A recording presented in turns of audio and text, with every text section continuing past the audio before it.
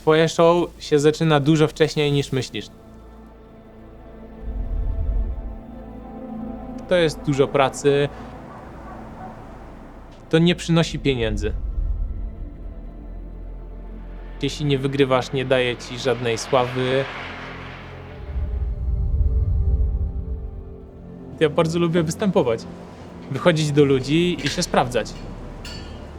Ale to jest dla mnie kompletnie nowa sytuacja. I nie pamiętam, żebym od kiedy zaczął miał taką przerwę długą.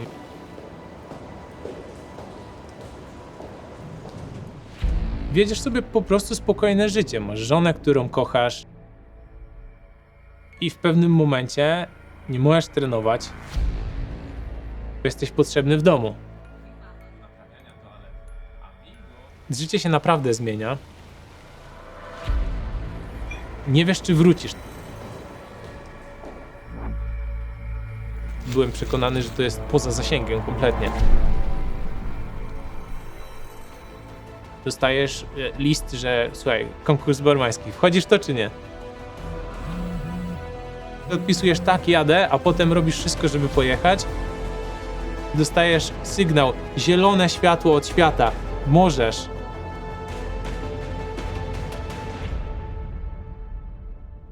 Ja się nigdy nie lubiłem dostosowywać. Więc no, rzucam puszkami i pustymi butelkami.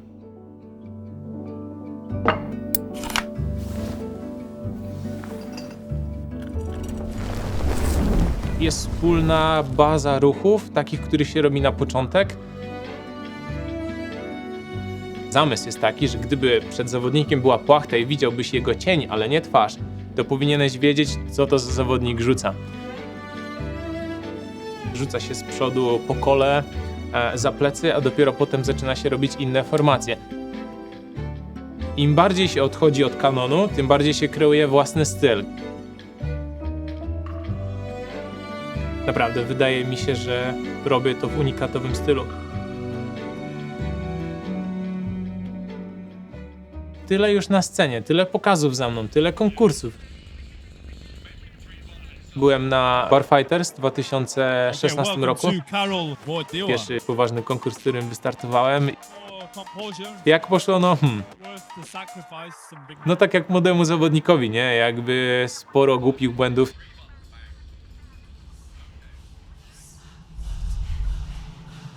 Na trening często nie idzie się z uśmiechem, tylko po prostu już z takim wycieńczeniem. I ty tak bardzo nie masz ochoty tego robić więcej, by te rutyny powtarzać. Po każdej rutynie zapisujesz ilość upadków. Ta ilość od tygodnia jakby nie zeszła, bo cały czas gdzieś się mylisz. Zaraz jedziesz, no i masz tylko jedną szansę. Jedno wyjście i to jest przytłaczające. Czy ja mam talent, czy go nie mam? Mam wrażenie, że wkładam ogromną ilość pracy, a z drugiej strony Flair jest tak okropnie niewdzięczny, tych efektów nie ma.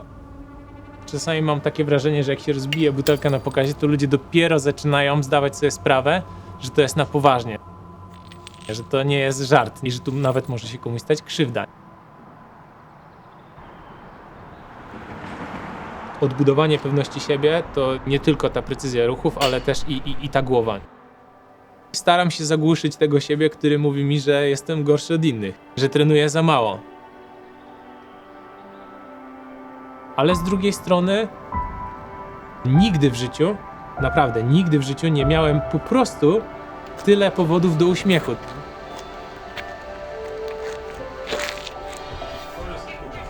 Tak jak się kiedyś moja żona śmiała, pytała się, ty, a jak się Kajtka zapytałem, czym się zajmuje tato, to jak odpowiem? Ja się śmiałem bardzo długo, mówiłem, niech powie, że jestem artystą. Mam bardzo wyrozumiałą żonę. Zaciska zęby i rozumie, że chce robić karierę, brać udział w tych konkursach. No ale chcę też być ojcem na pełen etat. To jest dla mnie wielkie przeżycie. To jest tak jakby ktoś ci wrzucił nowy sens do tego twojego istnienia, do tej twojej codzienności.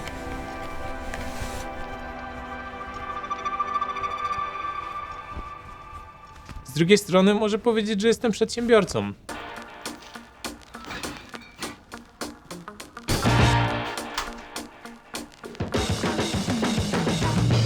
Organizuję eventy, przyjeżdżam z barem mobilnym, robię pokaz, rozkładam grę barmańską, ludzie w tą grę grają. Każde zlecenie jest tak naprawdę inne. Mamy przygotowane i oferty, które mają zdjęcia i opis tego, i filmiki, bo też w dzisiejszych czasach wszyscy chcą zobaczyć, jak to wygląda. Goście przychodzą przeżywać, być w miłym miejscu, być zauważeni, miło przyjęci. Każdy powinien dostać porcję uśmiechu, miłego słowa i pomoc przede wszystkim. Zawsze do końca pilnujemy jakości.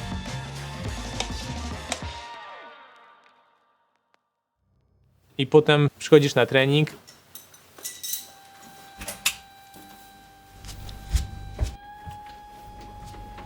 Chciałbyś znowu cieszyć się pasją.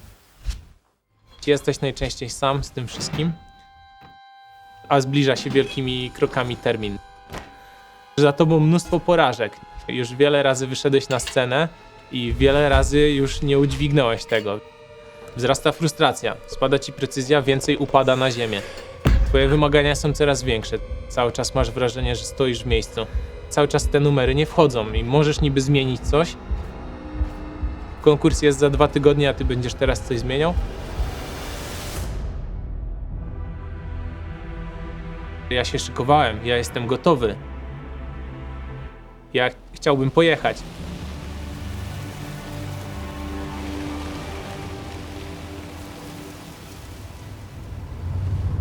Jadę tam i wiem, że jest mnóstwo osób, które są lepsze ode mnie. Na zawodach oceniane jest wszystko.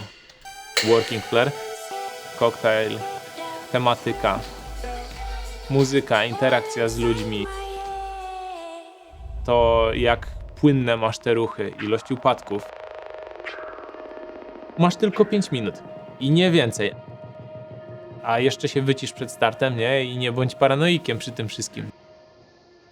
Poza tym oglądasz innych zawodników i to jest dla ciebie też duża lekcja. Oni rzucają inaczej od ciebie, mają inne pomysły.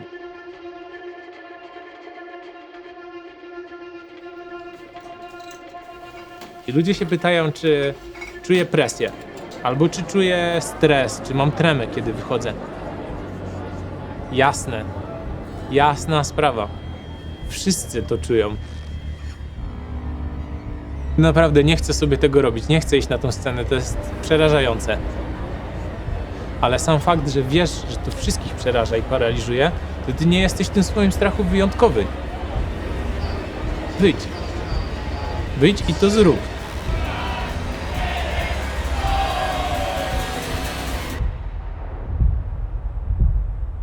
Czas na scenie płynie inaczej.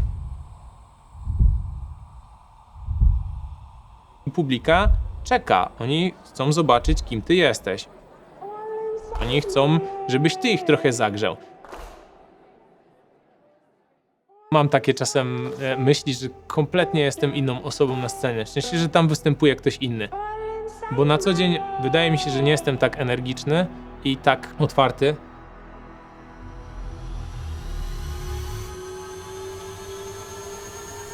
Chcę, żeby moje show były zapamiętane z tym, że to było coś wyjątkowego. Wiedziałem, że będzie to przygoda. Wiedziałem też, jak łatwo jest położyć występ.